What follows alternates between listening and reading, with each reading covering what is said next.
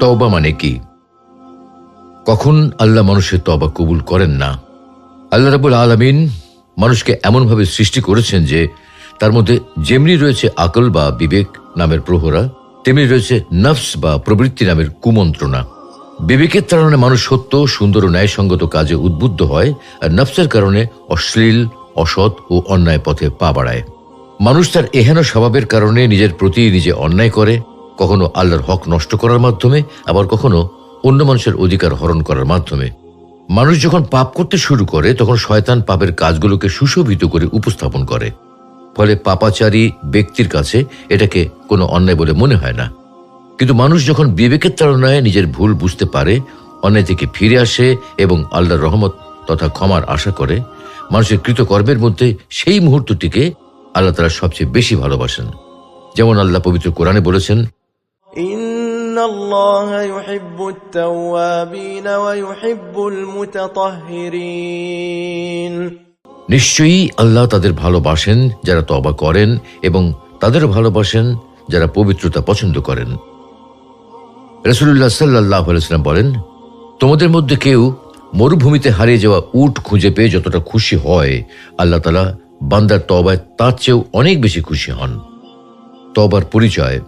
তওবা একটি আরবি শব্দ যার অর্থ হল অনুশোচনা করা, ফিরে আসা, প্রত্যাবর্তন করা। আল কোরআন ও হাদিসের শব্দটি আল্লাহর নিষেধকৃত বিষয়সমূহ ত্যাগ করা ও তার আদেশকৃত বিষয়সমূহ দিকে ফিরে আসা বোঝাতে ব্যবহৃত হয়েছে।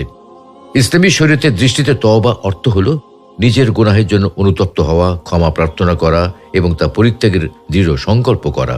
অর্থাৎ গুনাহের বিষয়টি যদি আল্লাহর হক বা অধিকার সম্পর্কিত হয়, তাহলে তওবা করার জন্য 3টি শর্ত বাস্তবায়ন করতে হবে। আর এই 3টি শর্ত হল: 1. গুনাহের কাজ ছেড়ে দেওয়া, 2. উক্ত গুনাহের জন্য অনুশোচনা করা, লজ্জিত ও অনুতপ্ত হওয়া, এবং 3. ওই পাপ দ্বিতীয়বার না করার সিদ্ধান্ত নেওয়া, দৃঢ় সংকল্প করা এবং এর উপর অটল ও অবিচল থাকা। আর মানুষের হক বা অধিকারের সঙ্গে সংশ্লিষ্ট হলে আরও একটি শর্ত যুক্ত হবে, আর তা হল সেই ব্যক্তির কাছে মাপ চেয়ে নিতে হবে অথবা তার পাওনা, প্রাপ্তি বা হক ফিরিয়ে দিতে হবে। এই শর্তগুলো পূরণ করলেই তওবা শুদ্ধ হবে, অন্যথায় তওবা বিশুদ্ধ হবে না। আল্লাহ তাআলা পবিত্র কোরআনে বলেছেন, ওয়া ইন্নী লাগাফফারুল লিমান তাবা ওয়া আমানা ওয়া আমিলা সালিহান সুম্মা ইহতাদা। আর যে তওবা করে, ঈমান আনে এবং সৎকর্ম করে, অতঃপর সৎ পথে অটল থাকে, আমি তার প্রতি অবশ্যই ক্ষমাশীল। তওবার প্রয়োজনীয়তা। মানুষ প্রবৃত্তির অনুসরণ করে অন্যায় ও গুনাহের কাজ করে এবং শয়তান মানুষের অন্তরে গুনাহের কাজকে সুশোভিত করে উপস্থাপন করে। এর ফলে পাপে আসক্ত ব্যক্তি বারবার পাপ কাজ করে এবং নেশাগ্রস্ত ব্যক্তির মতো হয়ে যায়। কেউ বারবার নেশা জাতীয় দ্রব্য সেবন করলে একসময় নেশাগ্রস্ত হয়ে পড়ে, তখন সে চাইলেও খুব সহজে নেশা ছাড়তে পারে না। পাপের বিষয়টাও ঠিক নেশার মতোই। কেউ যখন কোনো পাপ বারবার করতে থাকে, তখন সে একসময় পাপাসক্ত হয়ে পড়ে। আরেকবার কেউ পাপাসক্ত হয়ে পড়লে খুব সহজে সে পাপ থেকে ফিরে আসতে পারে না। পাপ করা তার নিত্যদিনের অভ্যেসে পরিণত হয়ে যায়। পাপ ছাড়তে চাইলেও সহজে ছাড়তে পারে না। শয়তান পাপের কাজকে তার কাছে আকর্ষণীয় করে তোলে, তখন পাপকে পাপ বলে মনে হয় না। পাপের মাঝেই সে সুখ খুঁজে পায়, আর পাপ করতে না পারলে তার মাঝে অস্থিরতা ও অশান্তি দেখা দেয়। এভাবে শয়তানের ধোকায় পড়ে গুনাহের কাজ করতে করতে মানুষের অন্তরে মরিচা পড়ে যায়। ফলে গুনাহের কাজকে তারা দোষের কিছু মনে করে না, বরং স্বাভাবিক বিষয় বলে মনে করে এবং এটা আগ্রহ ভরে উপভোগ করে। এটা একসময় অন্তর এমনভাবে কলুষিত হয়ে যায় যে পাপের প্রতি আর কোনো ঘৃণাবোধও তার থাকে না। ফলে মানুষ পাপ কাজ হতে তওবা করে না, তওবা করার সৌভাগ্য হয় না তার। এই ধরনের মানুষদের সম্পর্কে আল্লাহ তাআলার বক্তব্যের ব্যাখ্যায় রাসূলুল্লাহ সাল্লাল্লাহু আলাইহি ওয়াসাল্লাম বলেন, বান্দা যখন একটি গুনাহ করে তখন তার অন্তরের মধ্যে একটি কালো দাগ পড়ে। অতঃপর যখন সে গুনার কাজ পরিহার করে, ক্ষমা প্রার্থনা করে এবং তওবা করে, তখন তার অন্তর পরিষ্কার ও দাগ মুক্ত হয়ে যায়। সে আবার পাপ করলে তার অন্তরে দাগ বৃদ্ধি পেতে থাকে এবং তার পুরো অন্তর এভাবে কালো দাগে ঢেকে যায়। তওবা একটি পারস্পরিক বিষয়। মানুষের উচিত নিজের ভুল বুঝতে পারা ও তা পরিত্যাগ করা, যার উপর আল্লাহ তাআলার ক্ষমার প্রতিশ্রুতি দিয়েছেন। ক্ষমা আপনি আপনি হয় না, বরং তা অর্জনের বিষয়। নিজের পাপের প্রতি উদাসীন থাকাকে ইসলামের দৃষ্টিতে ক্ষতিকর মনে করা হয়। তাই মুমিন বান্দাদের অবশ্য কর্তব্য হলো তওবা করা, যেমন আল্লাহ পবিত্র কোরআনে বলেছেন, وتوبوا إلى الله جميعا أيها المؤمنون لعلكم تفلحون। হে মুমিনগণ, তোমরা সবাই আল্লাহর কাছে তওবা করো যেন তোমরা সফল কাম হও। রাসূলুল্লাহ সাল্লাল্লাহু আলাইহি ওয়াসাল্লাম বলেন, ঈমানদার ব্যক্তি তার গুনাহগুলোকে এত বিরাট মনে করে যেন সে একটা পর্বতের নিচে বসে আছে, আর সে আশঙ্কা করছে যে সম্ভবত পর্বতটা তার উপর ধসে পড়বে। আর পাপিষ্ঠ ব্যক্তি তার গুনাহগুলোকে মাছির মতো মনে করে, যা তার নাকে বসে চলে যায়। উপরোক্ত আয়াত ও হাদিস এবং আল কোরআনের অন্যান্য আয়াত ও হাদিসের বর্ণনার ভিত্তিতে আলেমগণ বলেন, গুনাহ 3 প্রকার: সগীরা গুনাহ, কবিরা গুনাহ এবং শিরক তথা সবচেয়ে বড় কবিরা গুনাহ। সগীরা বা ছোট গুনাহ ইস্তিগফার ও নেক আমলের কারণে মাফ হয়ে যায়, যেমন আল্লাহ তাআলা বলেন, والذين إذا فعلوا فاحشة أو ظلموا أنفسهم ذكروا الله فاستغفروا لذنوبهم ومن يغفر الذنوب إلا الله ولم يصروا على ما فعلوا وهم يعلمون। তারা কখনো কোনো অশ্লীল কাজ করে ফেললে কিংবা কোনো মন্দ কাজে জড়িত হয়ে নিজের উপর জুলুম করে ফেললে আল্লাহকে স্মরণ করে এবং নিজের পাপের জন্য ইস্তেগফার তথা ক্ষমা প্রার্থনা করে। আল্লাহ ছাড়া আর কে পাপ ক্ষমা করবেন? তারা নিজের কৃত কর্মের জন্য হঠকারিতা প্রদর্শন করে না এবং জেনে শুনে তাই করতে থাকে না। রাসূলুল্লাহ সাল্লাল্লাহু আলাইহি ওয়াসাল্লাম বলেন, যখন কোনো বান্দা কোনো গুনাহ করার পর উত্তম রূপে ওযু করে দাঁড়িয়ে 2 রাকাত সালাত আদায় করে এবং আল্লাহর নিকট গুনাহের জন্য ক্ষমা প্রার্থনা করে, নিশ্চয়ই আল্লাহ তাকে ক্ষমা করেন। অন্য একটি হাদিসে রাসূলুল্লাহ সাল্লাল্লাহু আলাইহি ওয়াসাল্লাম আরো বলেন, 5 ওয়াক্ত সালাত এক জুমা থেকে আরেক জুমা এবং এক রমজান থেকে আরেক রমজান তার মধ্যবর্তী সময়ের জন্য কাফফারা হয়ে যাবে যদি কবিরা গুনাহ থেকে বেঁচে থাকে। কবিরা বা বড় গুনাহ 2 প্রকার: অন্যায়ভাবে কারো উপর জুলুম করা বা কারো সম্পদ আত্মসাৎ করা। এই ধরনের গুনাহ ব্যক্তির প্রাপ্য পরিশোধ করা বা তার কাছ থেকে মাপ করিয়ে নেওয়া এবং তওবা নিহত ব্যক্তির হক এবং নিহত ব্যক্তির পরিবার ও ওয়ারিসদের হক। আল্লাহ তাআলা বিনা কারণে মানুষ হত্যাকে মহাপাপ ও চরম অন্যায় বলে উল্লেখ করেছেন, যেমন আল্লাহ তাআলা পবিত্র কোরআনে বলেছেন, ومن يقتل مؤمنا متعمدا فجزاؤه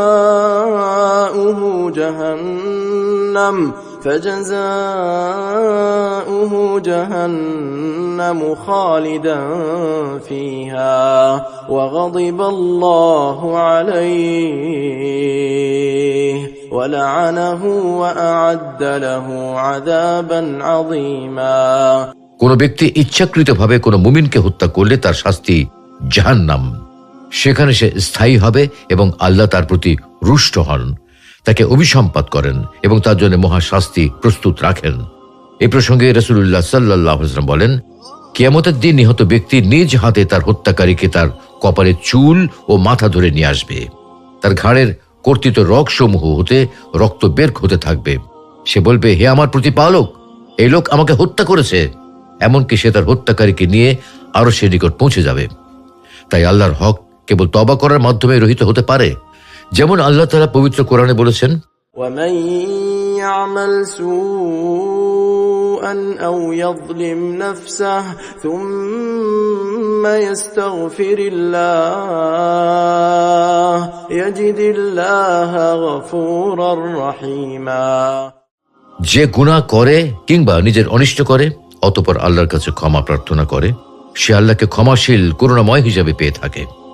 নিহত ব্যক্তির পরিবার ও ওয়ারিসদের হক 3 ভাবে রহিত হতে পারে: কিসাস বা হত্যার পরিবর্তে হত্যার মাধ্যমে, কোনো বিনিময় ব্যতীত ক্ষমা করে দেওয়ার মাধ্যমে অথবা রক্তপণ আদায় করার মাধ্যমে। কিন্তু তবুও নিহত ব্যক্তির হক রয়ে যায়। আল্লামা ইবনু কাইয়িম রাহমাতুল্লাহি আলাইহি বলেন, হত্যাকারী ব্যক্তি তাওবাতান নাসুহা এবং নিহত ব্যক্তির পরিবার ও ওয়ারিসদের কাছে স্বেচ্ছায় আত্মসমর্পণ করার মাধ্যমে 2টি হক থেকে মাপ পেতে পারে। আর তওবার কারণে আল্লাহ তাআলা নিহত ব্যক্তিকে কোনো ক্ষতিপূরণ দেওয়ার মাধ্যমে নিহত ব্যক্তির হক আদায় করে দিতে পারেন, কেননা তওবাতুন নাসুহা পূর্বের অপরাধ মিটিয়ে দেয়। শিরকের গুনাহ আল্লাহ তাআলা কখনো ক্ষমা করেন না, চাই সেটা শিরকে আসগার হোক, যেমন কারো কাছে কোনো কিছু কামনা করা, অথবা শিরকে আকবার হোক, যেমন আল্লাহর সাথে কাউকে অংশীদার মনে করা। কেউ যদি শিরক করা অবস্থায় মৃত্যুবরণ করে, আল্লাহ তাআলা তাকে কখনোই ক্ষমা করেন না। এই প্রসঙ্গে আল্লাহ তাআলা বলেন, ইন্নাল্লাহা লা ইয়াগফিরু আন ইউশরাকা বিহি ওয়া ইয়াগফিরু মা দুনা যালিকা লিমান ইয়াশা ওয়া মান ইউশরিক বিল্লাহি ফাকাদ ইফতারা ইসমান আযীমা। নিশ্চয়ই আল্লাহ তাকে ক্ষমা করেন না যে লোক তার সাথে শরীক করে। তিনি ক্ষমা করেন এর নিম্ন পর্যায়ের পাপ, যার জন্য তিনি ইচ্ছা করেন। আর যে লোক আল্লাহর সাথে অংশীদার সাব্যস্ত করল, সে তো অপবাদ আরোপই করল। তবে যদি কেউ খাঁটি অন্তরে তওবা করে এবং শিরক থেকে ফিরে আসে, সৎকর্ম করে এবং মৃত্যু পর্যন্ত সৎকর্মের উপর অটল থাকে, তবে আল্লাহ তাআলা শিরকের মতো জঘন্য অপরাধও মাফ করে দেন। যেমন ইরশাদ হচ্ছে, ইল্লা মান তাবা ওয়া আমানা ওয়া আমিলা আমালান সালিহান ফাউলাইকা ইউবাদদিলুল্লাহু সাইয়্যাতিহিম হাসানাত ওয়া কানাল্লাহু গফুরার রহিমা। কিন্তু যারা তওবা করে, বিশ্বাস স্থাপন করে এবং সৎকর্ম করে, আল্লাহ তাদের গুনাহকে পুণ্য দ্বারা পরিবর্তিত করে দেবেন। আল্লাহ ক্ষমাশীল, পরম দয়ালু। কোন শ্রেণীর মানুষের তওবা আল্লাহ কবুল করেন? যে সকল মানুষ শয়তানের ধোঁকায় পড়ে গুনাহ করে কিন্তু নিজেদের ভুল বুঝতে পারে এবং তৎক্ষণাৎ তওবা করে, আল্লাহ তাআলা তাদের তওবা কবুল করেন। এই প্রসঙ্গে আল্লাহ তাআলা বলেন, إنما التوبة على الله للذين يعملون السوء بجهالة ثم يتوبون من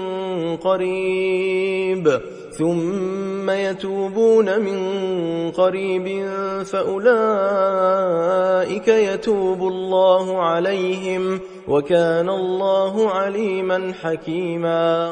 অবশ্যই আল্লাহ তাদের তওবা কবুল করবেন যারা ভুলবশত মন্দ কাজ করে অতঃপর অনতিবিলম্বে তওবা করে।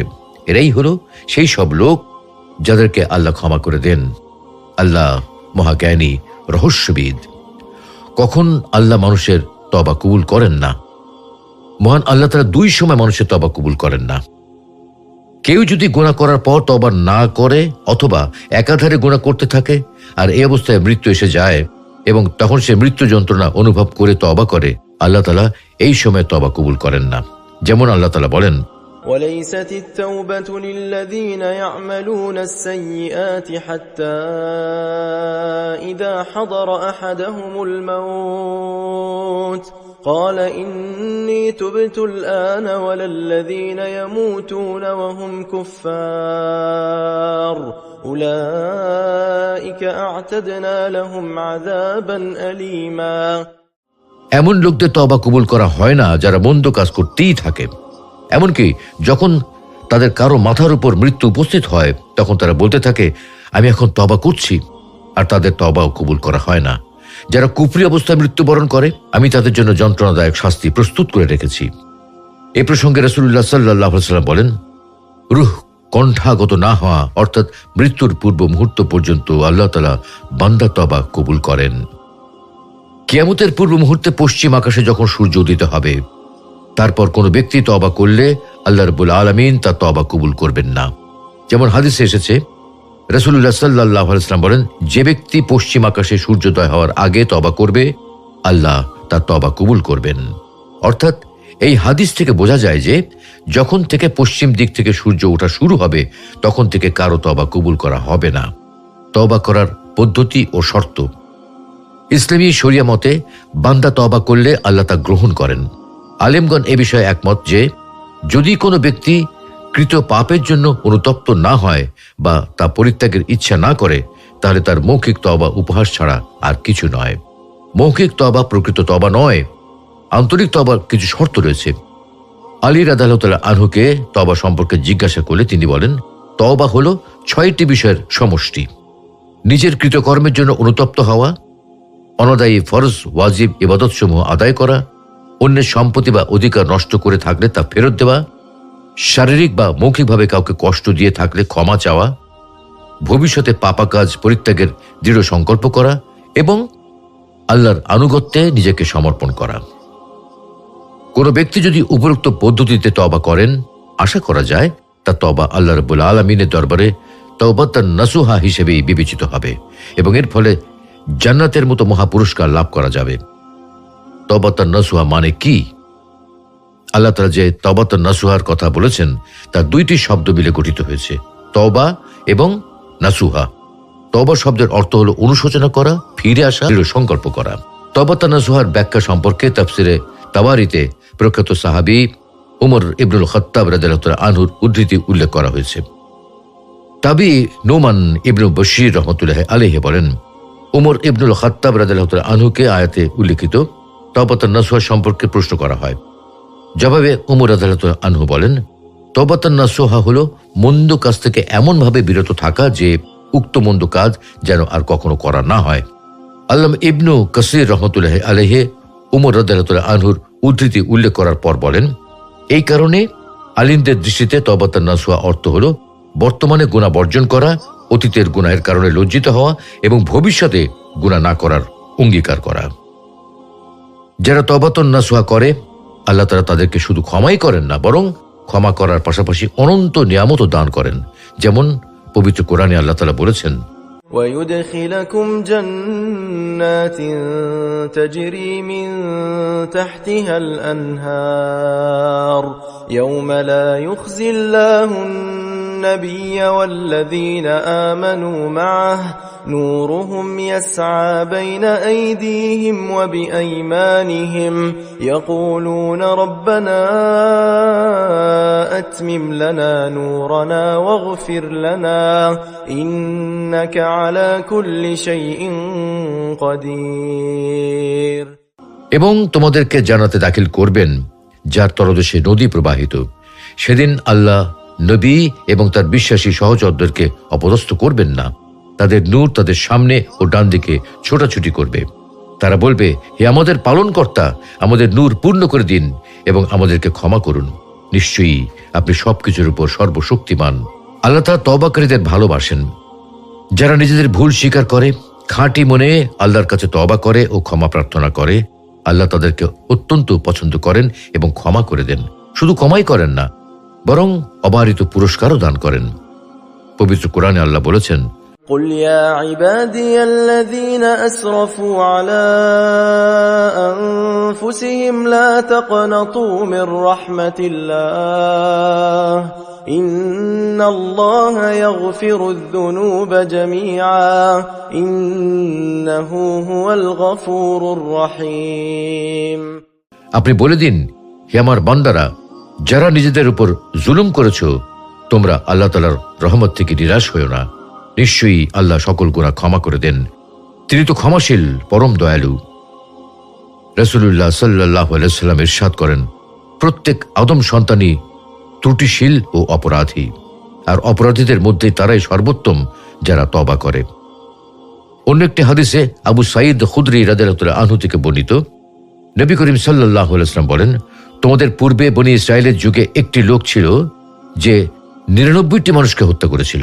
অতঃপর সেই লোকদেরকে সবচেয়ে বড় পাদ্রী সম্পর্কে জিজ্ঞাসা করল। তাকে একজন সন্ন্যাসীর কথা বলা হলো। সে তার কাছে এসে বলল, সে 99 জন মানুষ হত্যা করেছে, এখন কি তার তওবার কোনো সুযোগ রয়েছে? পাদ্রী বলল, না। একথা শুনে সে পাদ্রীকে হত্যা করে 100 পূরণ করল। পুনরায় সে সবচেয়ে বড় পাদ্রী সম্পর্কে জিজ্ঞাসা করল। এবারও তাকে এক পাদ্রীর খোঁজ দেওয়া হলো। সে তার নিকট এসে বলল যে সে 100 মানুষ খুন করেছে, তার কি তওবার কোনো সুযোগ আছে? পাদ্রী বললেন, হ্যাঁ আছে।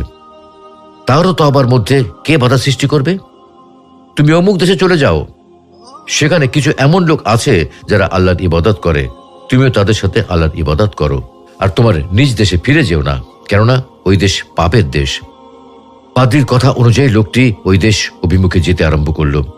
যখন সে মধ্য রাস্তায় পৌঁছল, তখন তার মৃত্যু এসে গেল। রহমত ও আজাব উভয় প্রকার ফেরেশতা উপস্থিত হলেন। ফেরেশতাদের মধ্যে তর্ক বিতর্ক আরম্ভ হল। এই অবস্থায় আল্লাহ সামনের ভূমিকে আদেশ করলেন, তুমি মৃত ব্যক্তির নিকটবর্তী হয়ে যাও এবং পশ্চাতে ফেলে আসা স্থানকে যেখানে হত্যাকাণ্ড ঘটেছিল আদেশ দিলেন, তুমি দূরে সরে যাও। অতঃপর ফেরেশতাদের উভয় দলকে নির্দেশ দিলেন, তোমরা এখান থেকে উভয় দিকের দূরত্ব পরিমাপ করো। পরিমাপ করা হলে দেখা গেল মৃত লোকটি সামনের দিকে 1 বিঘত বেশি এগিয়ে আছে, কাজেই তাকে ক্ষমা করা হলো। আল্লাহ তাআলা আমাদেরকে সকল প্রকার শিরক থেকে বেঁচে থাকার তৌফিক দান করুন। মৃত্যু আসার পূর্বেই তওবা করার তৌফিক দান করুন এবং তওবা করার মাধ্যমে তার প্রিয় বান্দাদের দলে অন্তর্ভুক্ত হওয়ার তৌফিক দান করুন। আমিন।